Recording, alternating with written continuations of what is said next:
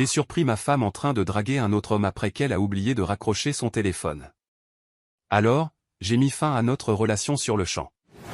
Imaginez découvrir que tous vos efforts, tous vos sacrifices, n'étaient finalement qu'une vaste plaisanterie. C'est exactement ce qui m'est arrivé. Je suis assis ici depuis environ 1 heure à vraiment essayer de trouver comment écrire tout cela. Cela s'est passé il y a 2 semaines, mais tout semble encore si étrange et confus. J'ai 27 ans et, jusqu'à récemment, j'étais marié à Sarah. Ce n'est évidemment pas son vrai nom, je ne veux pas que cela me retombe dessus d'une manière ou d'une autre. Nous étions mariés depuis 2 ans et ensemble depuis 4 ans au total, avant que tout ne s'effondre. Je pense que je dois d'abord donner un peu de contexte. Nous nous sommes rencontrés par des amis communs, lors d'une soirée jeu de société. Oui, je sais, très excitant. Mais honnêtement, c'était parfait pour nous, car nous sommes plutôt du genre casanier ou du moins, je croyais que nous l'étions. Sarah travaillait comme réceptionniste à l'époque, et je venais tout juste d'être promu dans mon emploi dans l'informatique. Le courant est passé immédiatement, le même sens de l'humour, nous aimions tous les deux rester à la maison pour regarder des films, nous voulions tous les deux économiser pour acheter une maison un jour. Après notre mariage, Sarah a mentionné qu'elle souhaitait se concentrer sur la vie domestique plutôt que de travailler. Elle parlait de vouloir rendre notre appartement vraiment agréable, peut-être lancer une petite activité à domicile un jour, ce genre de choses. Je gagnais un salaire correct, pas une fortune, mais suffisamment pour subvenir à nos besoins si nous faisions attention, alors j'ai accepté. En y repensant, c'est peut-être là que les choses ont commencé à changer, mais je ne l'ai pas réalisé sur le moment. Notre appartement n'est pas immense, mais il se situe dans un quartier correct du centre-ville. Le loyer est assez élevé comme partout aujourd'hui, mais je voulais que Sarah se sente en sécurité en se promenant dans le quartier. Quand nous avons emménagé, elle était tellement enthousiaste à propos du système de sécurité et du portier, et elle n'arrêtait pas de me remercier d'avoir trouvé un si bel endroit. Mais dernièrement, elle ne fait que se plaindre du fait que toutes ses amies habitent dans des immeubles plus récents. Je travaille dans le quartier des technologies, à environ 20 minutes d'ici, un emploi normal de 9 h à 17 h, même si je reste souvent plus tard parce qu'il y a toujours une crise à résoudre. Sarah appréciait les heures supplémentaires et le salaire qui allait avec, elle préparait même parfois des dîners spéciaux quand je devais travailler tard, pour me remercier. Mais dernièrement, elle se contente de lever les yeux au ciel quand je lui envoie un message pour lui dire que je vais rentrer tard, comme si je choisissais de rester au travail plutôt que de régler de vrais problèmes. Je me souviens de ma première promotion au travail. Elle avait organisé une petite célébration, acheté un petit gâteau, elle disait que j'étais son roc et qu'elle se sentait chanceuse d'avoir un mari qui travaillait si dur pour notre avenir. Elle m'a pris dans ses bras et m'a dit, peu importe l'heure à laquelle tu dois rentrer, je sais que c'est pour nous. Aujourd'hui, cette version de Sarah semble être une parfaite inconnue. La femme qui m'appelait son roc est devenue distante, presque froide. Mais je me disais que c'était juste des sautes d'humeur. Bref, ce mardi-là a commencé comme n'importe quel autre jour. Je me suis levé tôt et me suis préparé pour le travail. Sarah dormait encore. J'ai laissé son petit déjeuner dans le micro-ondes, comme je le fais toujours, même si dernièrement elle s'est plainte de ma façon basique de cuisiner. Avant, elle se levait pour prendre son café avec moi, disant que c'était notre petit moment spécial à nous, mais ces derniers mois elle dormait de plus en plus tard, sans même prendre la peine de m'envoyer un message pour me remercier du petit déjeuner. J'aurais dû y voir un signe, je suppose. En y repensant, beaucoup de petites choses avaient changé, et elle agissait comme si tout ce que je faisais n'avait plus d'importance. Le travail était plus toléré qu'apprécié. Cette matinée-là a été particulièrement chargée, nous avions une importante mise à jour logicielle qui causait des problèmes à la moitié de l'entreprise. J'ai à peine eu le temps de vérifier mon téléphone avant la pause déjeuner. C'est là que j'ai remarqué que Sarah ne m'avait envoyé aucun message de la matinée, ce qui était étrange, elle m'envoyait d'habitude des choses au hasard pendant la journée, des vidéos drôles, des photos de ce qu'elle cuisinait, elle me demandait ce que je voulais pour le dîner, ce genre de choses. Je n'étais pas inquiet ni suspicieux, j'ai juste pensé qu'elle était peut-être occupée avec des courses ou autre. Alors, je l'ai appelée pendant mon déjeuner. Quand elle a répondu, quelque chose m'a paru immédiatement faux. Sa voix était basse et pressée, comme quand on essaie de ne pas être entendu. « Salut, je suis occupée, je peux te rappeler plus tard ?» Puis elle a raccroché, ou du moins, elle a cru raccrocher. C'est là que tout a commencé à s'effondrer. J'étais sur le point de reposer mon téléphone quand j'ai entendu quelques bruits. Vous savez, quand parfois la personne croit avoir mis fin à l'appel, mais qu'en réalité ce n'est pas le cas? Eh bien, c'est ce qui s'est passé. Je pouvais entendre des bruits de restaurant en fond, des assiettes qui s'entrechoquent, des gens qui discutent, ce genre de choses. Puis j'ai de nouveau entendu la voix de Sarah, mais elle ne parlait évidemment plus à moi. Je sais que certaines personnes auraient raccroché immédiatement et c'était peut-être la bonne chose à faire mais, honnêtement, j'étais perplexe. Sarah m'avait dit qu'elle prévoyait un grand ménage de la cuisine ce jour-là. Pourquoi était-elle dans un restaurant et pourquoi avait-elle été si bizarre au téléphone? Alors, j'ai continué à écouter. Jugez-moi si vous voulez, mais je suis content de l'avoir fait. Au début, j'ai pensé qu'elle déjeunait peut-être avec une amie. Elle ne travaille pas, mais elle a ce groupe d'amis avec qui elle sort parfois, surtout d'autres femmes qui ne travaillent pas non plus. Mais ensuite, j'ai entendu sa voix devenir toute coquette, ce ton qu'on utilise quand on essaie d'impressionner quelqu'un qui nous plaît. Elle a appelé quelqu'un, mon cher, et s'est mise à rire. J'ai eu un mauvais pressentiment, cette sensation quand on sait que quelque chose de grave est sur le point d'arriver. Je suis resté assis sur ma chaise de bureau, complètement figé, mon sandwich à moitié mangé oublié sur le bureau. Plus j'écoutais, plus la situation empirait. Elle disait à cette personne à quel point il était beau, qu'il devrait faire ça plus souvent, puis elle s'est mise à plaisanter à mon sujet, me traitant de « distrait » et en riant. J'étais stupéfait. Non, ce n'est pas possible, ce n'est pas ce que ça semble être, mon cerveau essayait de trouver des explications. Peut-être une blague privée, peut-être qu'elle essayait juste d'amuser un ami. Mais plus j'écoutais, plus il était difficile de me mentir à moi-même. Chaque commentaire coquin, chaque petit rire complice détruisait les excuses que j'essayais de me fabriquer. Ce n'est pas elle, ce n'est pas nous. Mes mains se sont mises à trembler, mon cœur battait fort à mes oreilles. Je me suis dit d'arrêter d'écouter, de raccrocher et de lui donner le bénéfice du doute, mais je n'ai pas pu. Je devais tout entendre, parce qu'une petite partie désespérée de moi-même espérait encore que tout cela était un immense malentendu, que d'une seconde à l'autre elle allait dire quelque chose, n'importe quoi, qui prouverait que j'avais tort. Mais elle ne l'a pas fait. Le même homme pour qui je faisais des heures supplémentaires afin qu'elle puisse rester à la maison, le même homme qui avait soutenu sa décision de ne pas travailler, qui payait toutes les factures, qui essayait encore de lui offrir tout ce qu'elle désirait. Cet homme était une plaisanterie pour elle. Je me suis senti mal. La voix de Sarah changeait complètement quand elle parlait à cet homme, toute douce et taquine, comme au tout début de notre relation. Elle ne cessait de dire des choses comme « Tu sais toujours exactement quoi dire, et j'adore à quel point tu me comprends. » Chaque mot me rendait plus malade. Je travaille dans l'informatique, donc enregistrer des choses est presque un réflexe. Nous enregistrons toujours les réunions et appels importants pour la documentation. J'avais cette application sur mon téléphone depuis que j'avais dû enregistrer une réunion avec un client le mois dernier. Sans même réfléchir, j'ai appuyé pour enregistrer. En y repensant, cette décision m'a probablement évité bien des drames par la suite. Ce que j'ai enregistré, mon Dieu, Sarah était pratiquement en train de fondre pour ce type. « Mais tu es tellement différent de lui », a-t-elle dit. « Il parle toujours de budget et d'économie pour une maison, c'est tellement ennuyeux. Toi, tu sais t'amuser. » Ça a fait mal. Oui, je parle de budget parce que c'est moi qui paie tout, y compris le téléphone qu'elle utilisait pour dire du mal de moi. Ensuite, elle a commencé à parler de leur projet. Apparemment, il se voyait à chaque fois que je travaillais tard, ces heures supplémentaires que je faisais pour lui offrir une vie meilleure, elle utilisait ce temps pour le voir. Eh bien, vous vous souvenez de cette promotion pour laquelle je me battais, celle dont elle disait être si fière que je l'obtienne? Eh oui. Elle lui a dit à quel point c'était agaçant, le temps que je passais au travail. Le pire a été de l'entendre rire de moi, pas juste des petits rires étouffés, mais un vrai rire franc. Il est tellement concentré sur son ordinateur qu'il ne remarque même pas quand je m'apprête bien, mais toi, tu remarques toujours.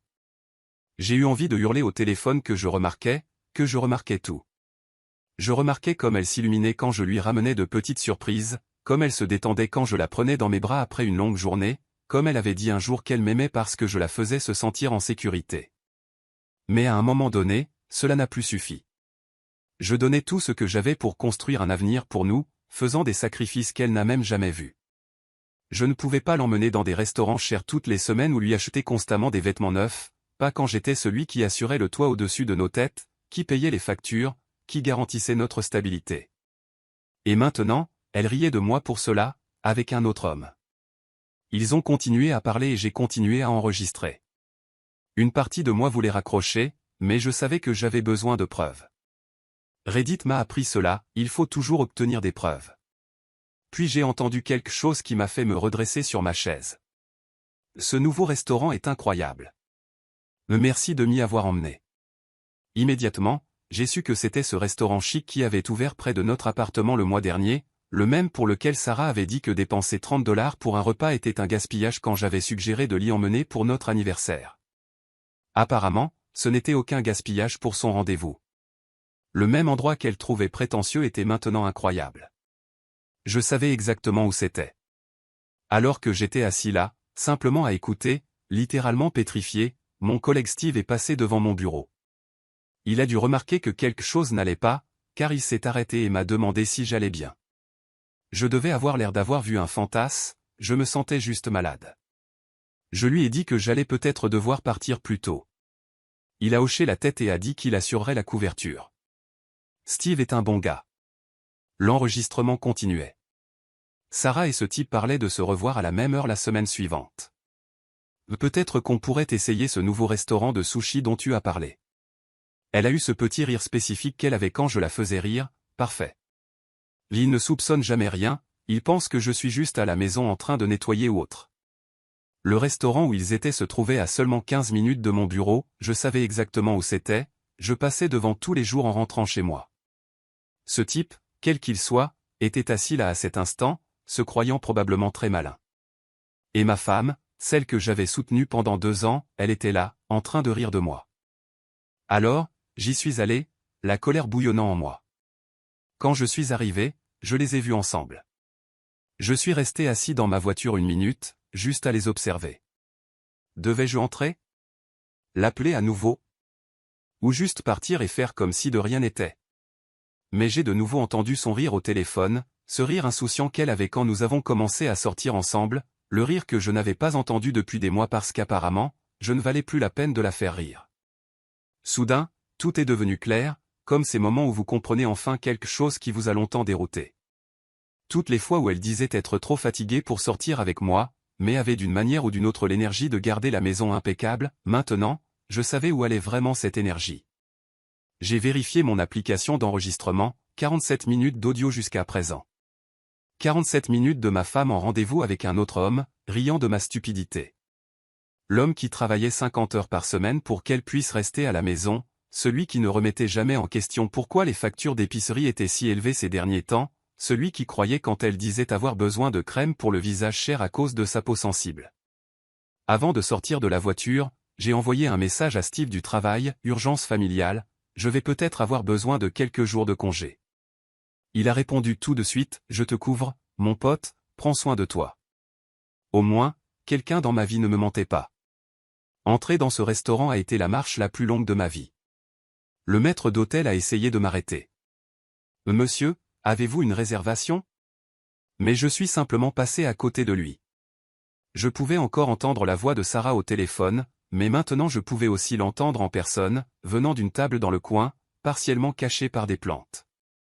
La vision d'eux ensemble est gravée dans ma mémoire.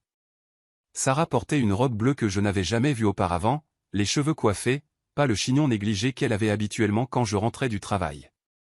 Elle était penchée vers le type, jouant avec son collier comme elle le faisait quand elle flirtait avec moi. Le type ressemblait exactement à ce à quoi on s'attendrait, montre chère, vêtements de marque, coiffure parfaite, probablement un commercial ou un agent immobilier, le genre qui peut s'offrir de longs déjeuners dans des restaurants chics pendant que d'autres travaillent. Il lui montrait quelque chose sur son téléphone, et Sarah était pratiquement assise sur ses genoux pour mieux voir. Je suis resté là environ 30 secondes avant qu'il ne me remarque, regardant simplement ma femme agir comme une personne complètement différente. La Sarah que je connaissais se plaignait de dépenser de l'argent pour quoi que ce soit de non essentiel. Cette Sarah sirotait ce qui ressemblait à un cocktail cher, à 14 heures un mardi. Le plus étrange? Je n'étais même plus en colère. Je pensais que je le serais, je devrais l'être, mais à la place, je ne ressentais rien. Vide. Comme si je regardais la vie de quelqu'un d'autre s'effondrer de l'extérieur, comme si ce n'était même pas réel. 2 ans de mariage, 4 ans ensemble, toutes ces soirées où j'ai travaillé tard, toutes les fois où je l'ai mise en premier, renonçant à des choses que je voulais pour qu'elle ait ce dont elle avait besoin, rien de tout cela n'avait d'importance. C'était comme si chaque sacrifice, chaque compromis, chaque moment où je pensais que nous construisions quelque chose ensemble, s'était simplement évaporé. Et à ce moment précis, j'ai réalisé, mon mariage n'était pas seulement en difficulté, ce n'était pas récupérable, il était déjà fini. Lorsque j'ai fait un pas vers eux, Sarah m'a vu en premier. Le sang a quitté son visage si vite que j'ai cru qu'elle allait s'évanouir. Son petit ami regardait toujours son téléphone, complètement inconscient, jusqu'à ce qu'elle fasse tomber son verre, attirant son attention. Il a levé les yeux, m'a vu, puis a regardé Sarah avec une expression confuse. Je n'ai pas crié, je n'ai pas fait de scène. J'ai simplement marché jusqu'à leur table et me suis arrêté là. Le restaurant n'était pas très rempli, mais les quelques clients ont certainement remarqué que quelque chose était sur le point de se passer. Un serveur s'est arrêté à mi-chemin, essayant probablement de décider s'il devait appeler la sécurité. « Vous passiez un bon déjeuner ?» ai-je demandé, ma voix sonnant bizarre, comme si ce n'était même pas la mienne. Sarah a immédiatement affiché ce sourire faux et décontracté. « Là, salut. C'est juste Tom, de mon cours de cuisine en ligne. Nous parlions de recettes. » Sa voix est devenue aiguë, comme lorsqu'on ment à un téléconseiller. « Tu devrais te joindre à nous. » Tom semblait confus, se demandant probablement pourquoi elle agissait de manière si étrange. Puis elle a enchaîné.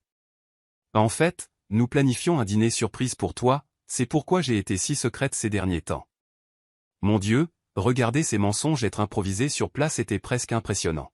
« Un dîner surprise ?» ai-je demandé. « Avec le type que tu appelles mon cher depuis une heure entière ?» Son faux sourire s'est figé. « De quoi tu parles ?» Tom a commencé à regarder entre nous deux, essayant clairement de comprendre la situation.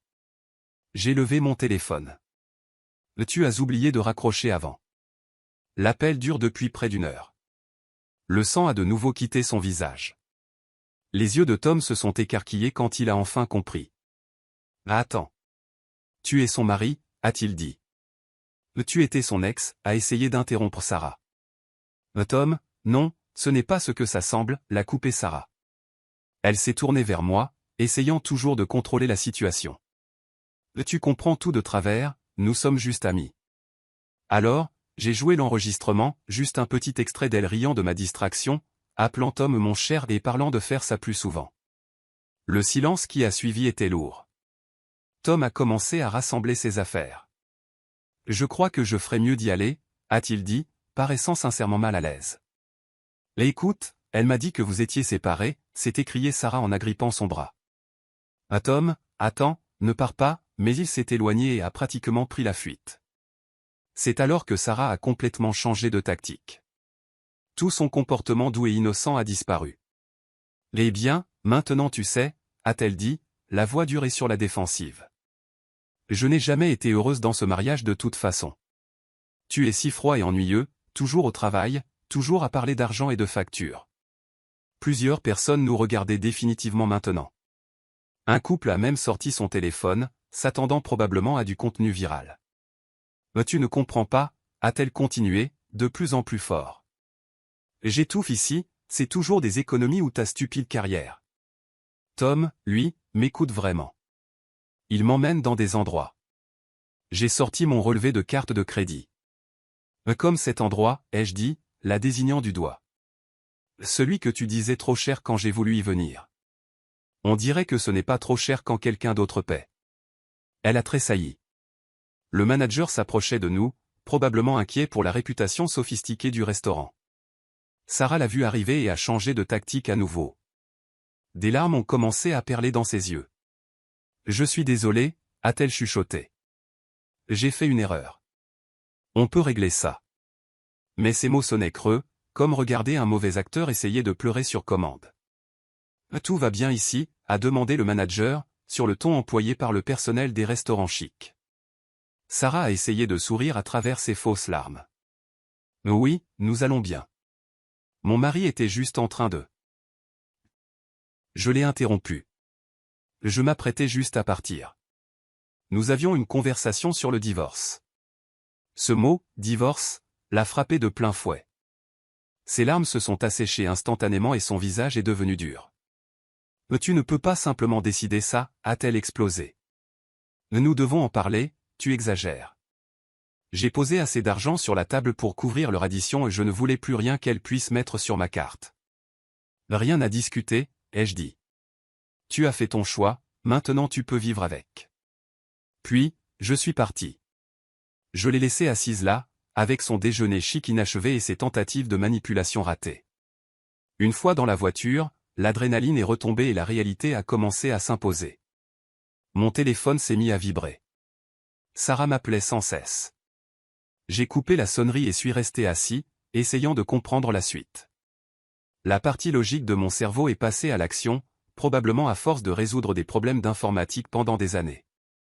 Première étape, me protéger. J'ai ouvert mon application bancaire et j'ai commencé à supprimer son accès à mes comptes. Carte de crédit secondaire, désactivée. Compte joint, j'ai transféré la majorité des fonds sur mon compte personnel. J'en ai laissé suffisant pour qu'elle tienne une semaine plus qu'elle ne méritait, honnêtement. Ensuite, la documentation, j'ai envoyé l'enregistrement à moi-même et les sauvegardé à 3 endroits différents. Un type est passé devant ma voiture et j'ai réalisé que j'étais toujours sur le parking du restaurant. Sarah pouvait sortir d'un moment à l'autre. Je me suis rendu d'abord à la banque. L'employé derrière le comptoir a probablement senti que quelque chose n'allait pas, mes mains tremblaient encore quand je lui ai tendu ma pièce d'identité. Je dois retirer quelqu'un de mon compte, ai-je dit. Elle est devenue très silencieuse quand j'ai expliqué la raison. Elle a commencé à me raconter que sa sœur avait vécu une situation similaire. Pendant que j'étais là, Sarah m'a envoyé un message depuis le téléphone de son amie Jessica. « Tu es ridicule, réponds au téléphone. Nous devons parler comme des adultes. » Oui, parce que les adultes, bien sûr, agissent dans le dos de leur conjoint et en rient. J'ai aussi bloqué le numéro de Jessica. L'employé m'a aidé à ouvrir des comptes entièrement nouveaux. Elle a dit que c'était plus sûr comme ça. Apparemment, certaines personnes essaient de vider les comptes joints pendant un divorce. Elle m'a remis un dossier sur la sécurité financière lors d'une séparation. Je n'aurais jamais pensé avoir besoin d'une chose pareille. Le prochain arrêt était notre appartement. Sarah m'envoyait toujours des messages depuis des numéros différents, parcourant probablement toute sa liste de contacts. « Mais tu ne peux pas me couper comme ça. Que vais-je faire sans argent? Tu es cruel. » J'ai bloqué chaque nouveau numéro dès qu'il arrivait. En entrant dans l'appartement, j'ai d'abord pris mes documents importants, acte de naissance, carte d'identité, passeport. Tout était dans le tiroir où je les rangeais toujours. Au moins, elle n'y avait pas touché. Ensuite, j'ai vérifié notre coffre-fort, un peu d'argent, la montre de ma grand-mère, tout était encore là. J'étais presque en train de finir de faire ma valise quand j'ai entendu la clé dans la serrure. J'aurais dû savoir qu'elle viendrait directement à la maison. J'ai fermé ma valise rapidement, mais elle est entrée avant que je puisse sortir. Son maquillage était maintenant délavé. Je suppose que ces fausses larmes sont devenues réelles à un moment donné. « Où crois-tu aller » a-t-elle exigé, la voix tremblante mais pleine de colère. « Tu ne peux pas simplement quitter notre mariage. » J'ai essayé de passer à côté d'elle, mais elle a bloqué la porte. « Nous devons parler de ça. Tu ne peux pas juste annuler mes cartes et vider notre compte. » Ça m'a fait m'arrêter. « Notre compte? Tu veux dire MON compte, celui qui reçoit uniquement MON salaire, celui qui paie tout parce que tu as décidé que travailler était en dessous de toi. » Son visage est devenu rouge. « Je m'occupe de notre maison, c'était notre arrangement. » Non, ai-je dit. Notre arrangement était que tu lancerais une activité à domicile. 2 ans plus tard, toujours rien. Seulement beaucoup de déjeuners dont j'ignorais l'origine. Elle a essayé d'attraper ma valise. « Rends-moi ma carte. Tu ne peux pas me laisser sans rien. » Je me suis écarté d'elle. J'ai laissé assez sur le compte joint pour une semaine. Appelle tes parents, appelle Tom, appelle qui tu veux. Ce n'est plus mon problème. Elle s'est mise à pleurer à nouveau, des vraies larmes cette fois. « S'il te plaît » a-t-elle supplié. J'ai fait une erreur, j'ai été stupide. On peut arranger ça. Quelque chose a éclaté en moi quand elle a dit « arranger ça ». Peut-être la façon dont elle a dit « on », comme si j'étais en partie responsable de son infidélité, ou peut-être que tout s'est simplement accumulé d'un coup. Je l'ai regardée, là, en train de pleurer, et je ne la reconnaissais plus. « Arranger quoi, exactement » ai-je demandé. La partie où tu as ri de moi, en me traitant de distrait? Ou la partie où tu as dépensé mon argent pour des rendez-vous avec un autre type? Elle a de nouveau essayé de me prendre le bras, mais je me suis dégagé. C'est à ce moment-là qu'elle est devenue désespérée. Je vais dire à tout le monde que tu m'as maltraité. A-t-elle dit, la voix complètement différente maintenant.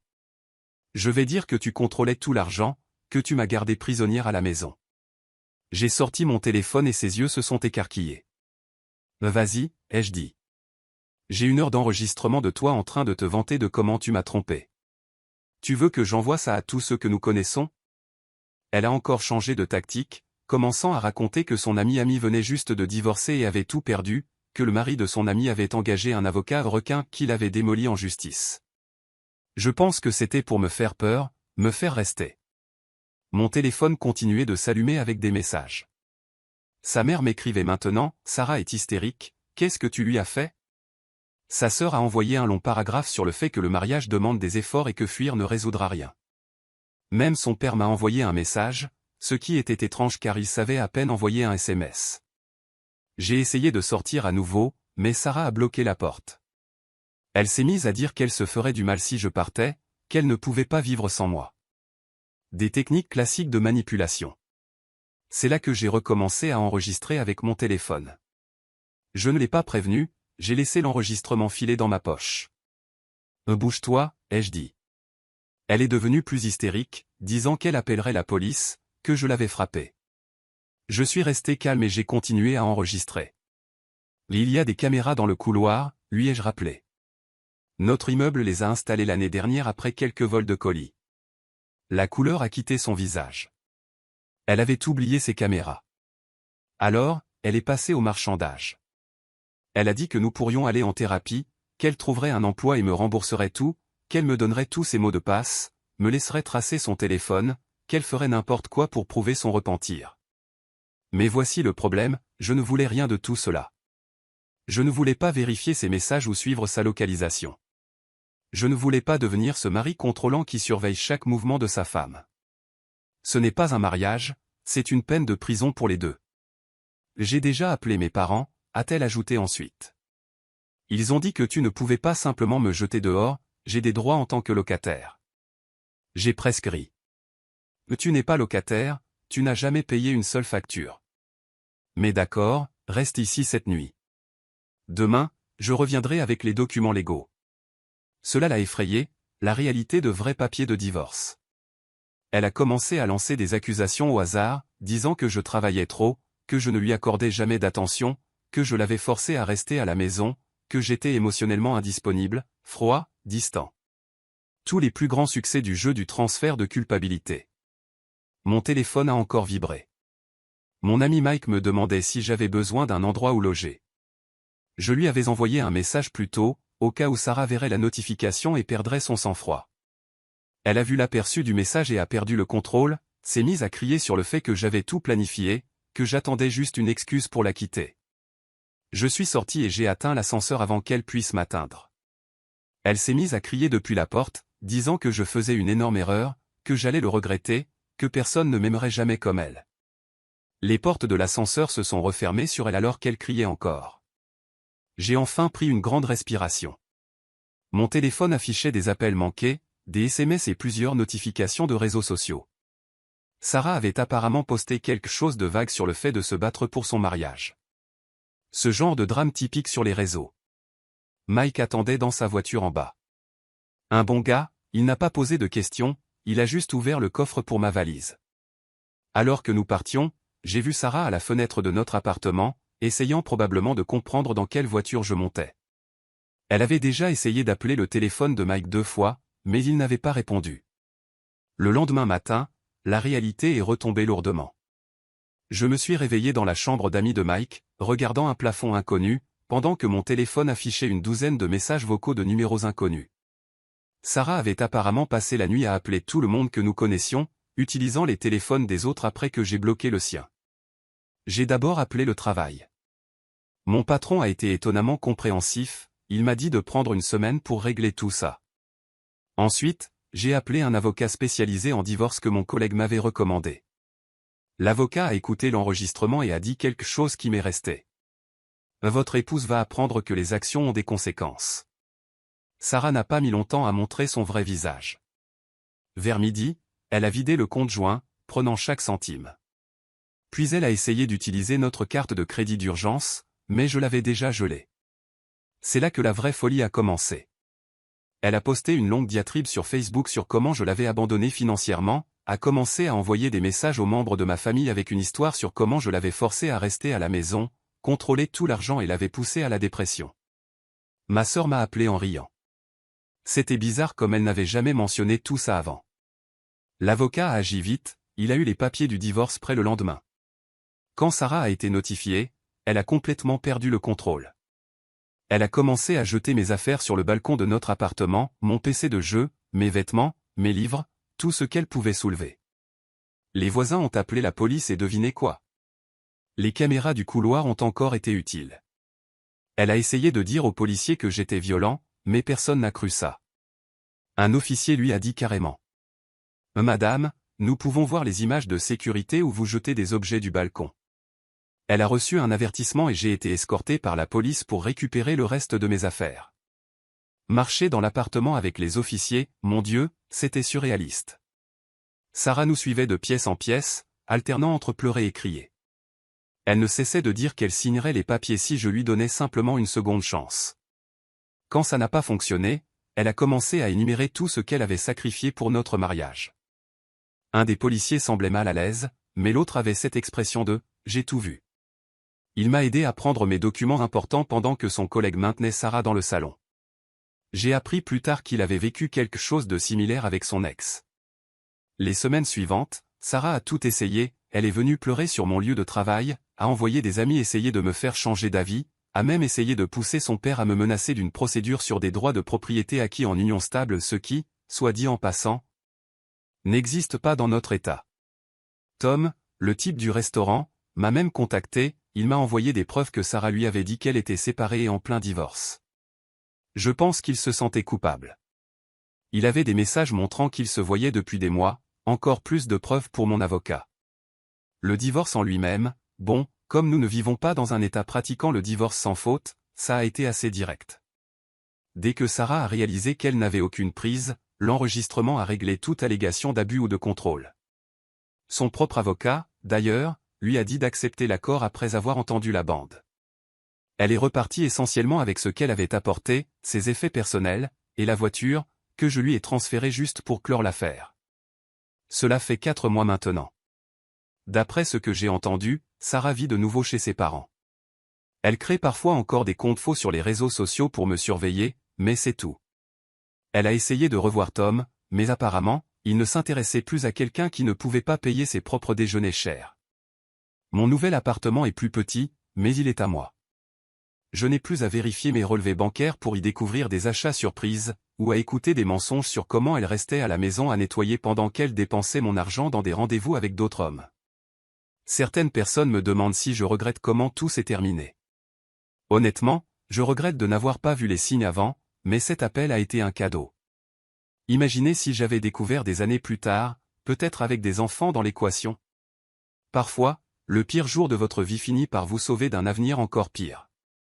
Mike m'invite toujours pour des soirées jeux, ma sœur me rend visite plus souvent, même ma voisine de l'ancien immeuble m'envoie des biscuits par son petit-fils, qui travaille près de mon bureau. La vie est différente, mais meilleure, plus honnête.